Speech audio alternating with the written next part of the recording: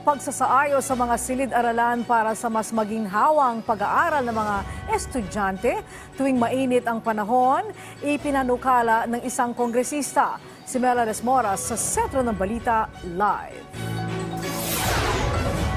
Angelic retrofitting o pagsasaayos nga ng mga silid-aralan ang nakikitang isa sa mga solusyon ng isang kongresista para maibsan na ang kalbaryo ng mga mag-aaral at guro ngayong sobrang init ng panahon.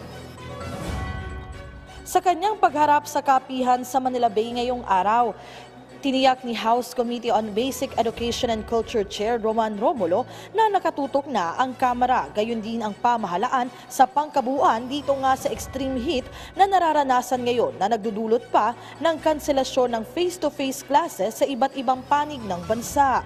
Ayon kay Romulo, matagal nang natatalakay ang retrofitting sa mga silid-aralan para matugunan ang siksikan sa ilang eskwelahan.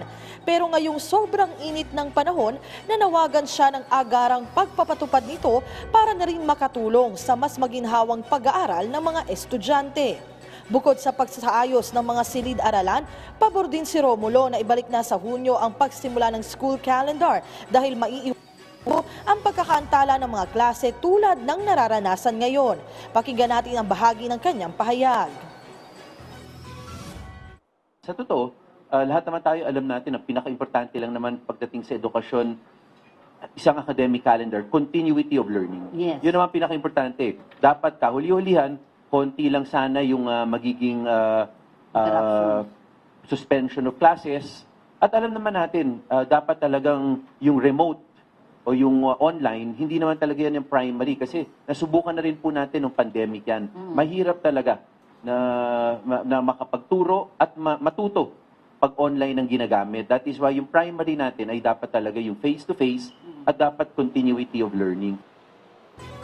Samantala, update naman mula rito sa Kamara. Personal na inihatid ni Office of the Presidential Advisor for Poverty Alleviation Secretary Larry Gadon dito sa Batasang Pambansa ngayong araw ang isang lihim na naglalayong hikayatin ng Kamara at Senado na ikonsidera na rin ang pagsasama sa political amendments sa panukalang charter change o pag-amyenda sa salikang batas. Anya, tunay lamang na makakamit ang iba yung pag-unlad sa bansa kung magkatuwang naaamyendahan ang economic at political provisions ng konstitusyon. Kasi ang mainit na pinag-uusapan ngayon ay ang economic provisions lamang. Sa isip-isip ko naman, bakit nililimit lang natin sa economic provisions ang magiging amendment sa konstitusyon? Bakit hindi pa natin isabay ang mga political provisions? Kasi kahit na anong gawin natin na economic provisions dyan, na pagbabago, kung yung ating political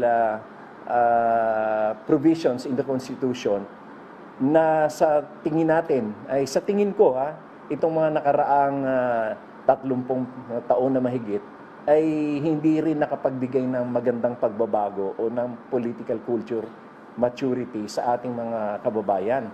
Kaya dito ay nagsusuhestyon ako sa Senate at saka sa House na isama na rin ang mga political provision.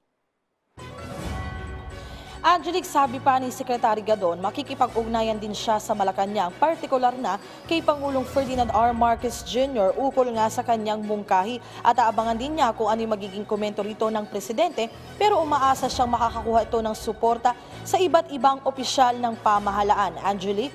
Okay, so Mela, ano ba ang lagay ng resolusyon sa Kongreso ukol sa charter change? Hindi ba huli na para sa mga bagong proposal hinggil sa Chacha? Angelic, dito sa Kamara, matatanda ang bago ang Holy Week break ay naipasa na sa ikatlo at huling pagbasa yung RBH 7 o Resolution of Both Houses number 7 na siyang magbibigay daan sa economic charter change. Sa Senado naman, yan pa ay nakabinbin sa committee level yung separate counterpart measure nila na RBH 6.